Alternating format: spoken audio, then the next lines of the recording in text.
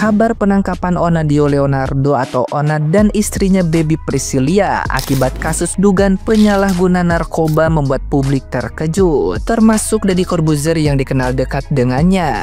Deddy Corbuzier mengaku sulit percaya bahwa sahabatnya itu bisa kembali tersandung kasus narkoba setelah sebelumnya bertekad meninggalkan masa lalunya. Meski bersahabat dekat, Deddy Corbuzier menegaskan dirinya tidak akan membela Onat karena penyalahgunaan narkoba adalah pelanggaran besar yang tidak bisa ditoleransi. Ia menilai setiap pelaku, baik teman, saudara, atau bahkan anak sendiri, tetap harus menghadapi konsekuensi hukum atas perbuatannya. Namun, Deddy Corbuzier juga menyiratkan rasa kecewa dan heran terhadap pilihan Onat yang kembali tersesat dalam dunia narkoba. Menurutnya, stres dan tekanan hidup bukan alasan untuk melanggar hukum.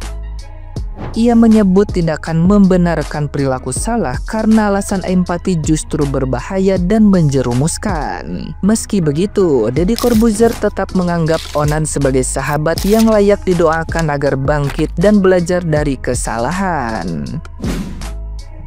Ini masalah Onat ya, karena ini temen gua, sahabat gua. Tapi gini, karena banyak yang nanya, gua nggak belain, gua tidak membenarkan, gua tidak akan menormalisasi penggunaan narkoba. Mau itu temen gua, saudara gua, anak gua, siapapun, enggak. Karena ada konsekuensinya dari sana dan ada hukumnya dari sana, oke? Dan betul, gua nggak tahu masalah hidup dia apa, walaupun gua deket sama dia, gua nggak tahu masalah keluarga dia apa. Tapi gini loh, kita nih hidup di dunia yang aneh, di tahun yang aneh. Kalau mau bicara masalah, ya kasihan lagi stres, bro. Gua stres, lu stres.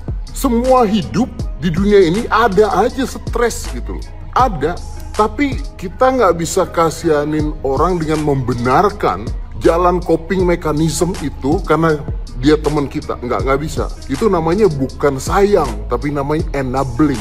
Membenarkan sesuatu yang salah karena dia teman. Enggak. Dia akan tetap jadi sahabat gua, saudara gua, teman gua, tapi no, yang dijalankan salah.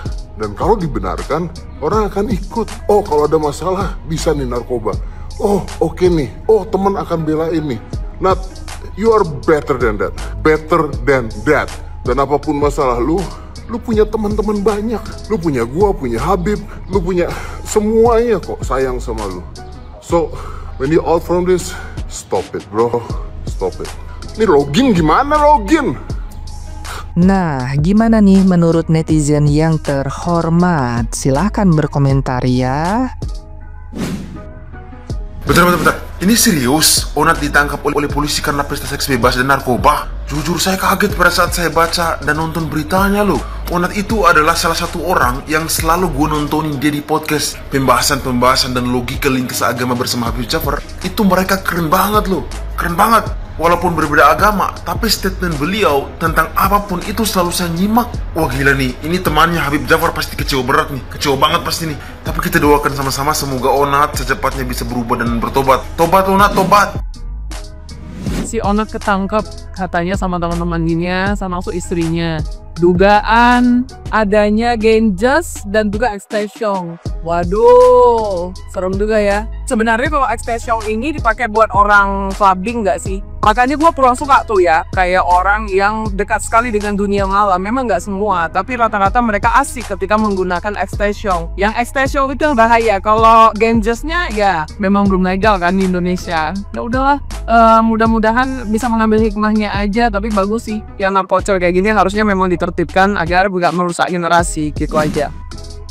Bilang juga apa ya, banyak banget kan yang penasaran siapa sih orang yang ngasih narkoba sama Onat. Onat gak coba sendiri tapi sama bininya. Cuma bininya kemarin udah dipulangin karena hasilnya negatif. Bukan cuma berduaan aja sama bininya, tapi ada satu orang inisialnya KR. Nah, inisial KR ini yang katanya ngasih ganjil dan juga XX-an. Onat ini kan kemarin ditangkapnya di Tangerang Selatan nih. Padahal kan rumah tinggalnya di Depok. Begitu penangkapan, narkoboy jenis X ini ternyata udah habis. Nah kalau jenis ganjil masih ada sisa di plastik. Habib Jafar sebagai orang yang kenal dekat sama Onat kecewa. Katanya cuma bisa titip doa aja sama titip pesen. Tobat lu Nat. Kalau Onat ini kan posisinya sebagai korban penyalahgunaan narkoboy ya. Semangat ya Onat, disemangatin sama baby bala-bala nih. Semoga kapok.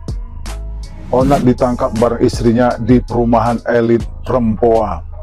Kok ngapain lagi sih, Nat? Ya, kerjaan udah bagus, duit udah banyak, udah terkenal, ya udah segala macem. Ngapain gitu dekat-dekat sama barang-barang yang haram kayak gitu, ya kan? Ini udah bagus-bagus gitu, dekat lagi sama narkocoy. Aduh, padahal aku pernah lihat tuh ya di podcastnya itu, dia itu nasihatin gitu kan. Ada cewek-cewek itu dinasihatin jangan dekat-dekat sama barang-barang haram kayak seperti narkoboy. Tapi kenapa, Nat? Ya ampun, tuh barengan pula sama istrinya. Ini orang kurasa bego kali ya, hidup enak gitu, mau aja dekat dengan barang-barang terlarang kayak gini gitu kan. Jadi Nat, kalau kau masih kayak gitu, gak usah sok-sok nasihatin orang. Buat lu pada yang ketinggalan berita terbaru dari Onat dan Baby Leonardo yang mereka tuh ditangkap polisi kemarin tanggal 29, gua kasih tahu rincian berita itu seperti apa. Jadi mereka tuh ditangkapnya di Trevista West Rempong yang lokasinya di Tangerang Selatan. Dan dari Polda Metro sendiri tuh menjelaskan kalau penangkapan mereka itu awalnya dari hasil pengembangan. Jadi total ada 3 orang yang ditangkap bersamaan dengan mereka. Tapi gue disclaimer dulu ya, dari semua berita yang tadi aku baca itu tuh nggak ada penjelasan atau yang ngomong kalau si Baby alias istri Onat itu apakah menggunakan atau tidak. Tapi yang jelas dia tuh sama-sama ikut diamankan. Karena seperti yang kalian tahu juga, si Baby ini juga posisi baru aja melahirkan dan dia juga memiliki bayi sekitar usia 1 bulan. Dan juga salah satu fakta yang gue tahu dari netizen adalah orang tua si Baby alias istri si Onat adalah bokap dia, kalau nggak salah polisi juga nih atau Polda. Jadi ada spekulasi di antara netizen yang mungkin hukuman mereka tuh cuma dijatuhin rehabilitas. Cuman salah satu pertanyaan netizen dan pertanyaan gue juga pribadi adalah apa kabar anak dia yang baru berusia 1 bulan itu. 1 plastik lip ganja, 1 lembar papir, dan 3 buah HP cukup bikin satu keluarga artis diamankan polisi. Betul, Onadio Leonardo dan istrinya Baby Priscilla ditangkap di rumahnya di Tangerang Selatan karena dugaan penyalahgunaan narkoba. Nah, yang paling menarik, polisi menyebut Onat ini bukan pelaku tapi korban penyalahgunaan narkoba. Jadi kalimat ini, kalimat korban penyalahgunaan ini sering banget bikin kita bingung dan salah paham ya. Jadi dalam hukum Indonesia, pengguna narkotika memang bisa dikategorikan sebagai korban ya, jika terbukti hanya untuk pemakaian pribadi, bukan pengedar atau pemasok. Artinya, sahabat cendol, ia bisa diarahkan ke rehabilitasi, bukan di penjara. Tapi di sisi lain, kita sebagai publik ya, terkadang itu sering banget cepat bereaksi. Ketika mendengar artis kena narkoba, langsung ada label rusak moral, panutan gagal, bahkan dungu gitu ya. Padahal sahabat cendol, banyak dari mereka yang justru terjebak dalam siklus candu yang secara medis ya adalah penyakit, bukan sekedar pelanggaran moral. Nah, yang ironis, 1 plastik ganja bisa membuat media ribut berhari-hari, tapi korupsi miliaran ya kadang cuma lewat di berita 1 malam. Ya mungkin karena yang pakai ganja bukan pejabat ya, tapi selebritis, jadi lebih enak dijadikan tontonan. Mulut tai. Onat kembali ditangkap, dan opini orang-orang yang nggak pernah make gitu ya pasti berpikir, kok nggak ada kapoknya ya, kok nggak takut sih, kok nggak nyesel sih. Si tahu sekalian ya kenapa saya bisa ngomong gini, karena saya pernah mengalami hal itu ya. Pasti ada rasa takut, rasa kapok, rasa penyesalan itu ada guys. Kita ada niat berubah, tapi ada faktor-faktor yang menyebabkan kita masuk ke dunia hitam itu lagi. Faktor yang utama adalah lingkungan dan circle kita, dan nanti ada ya, ini cenderung orang-orang terdekat ya yang memberikan rasa aman, jaminan keamanan kepada kita. Contohnya gini, tenang aja bro, nggak apa-apa, kayak aja lagi, ntar aku yang manage semuanya, ntar aku yang ngasihin, beliin kamu, ntar aku yang ngasih kamu, stay aja di satu lokasi, ntar aku bawain aman kok, rahasia kamu aman, rahasia kamu terjamin aman, nanti kalau ada apa-apa seandainya aku yang tanggung jawab. Tai.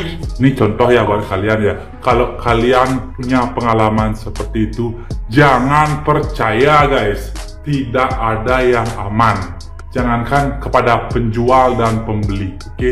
Teman dan teman pun bisa saling makan, bisa saling gigit. Jangankan teman, saudara pun bisa saling gigit guys. Ini pelajaran buat kalian ya. Tidak ada yang aman di bidang narkoboy itu. Pas dia ketangkep, orang yang memberikan Anda barang itu ketangkep, dan nanti dia tidak akan diam dan akan membicarakan siapa saja yang dia kasih bahan atau barang tersebut. ini saya kasih ini orangnya, ini saya kasih ini.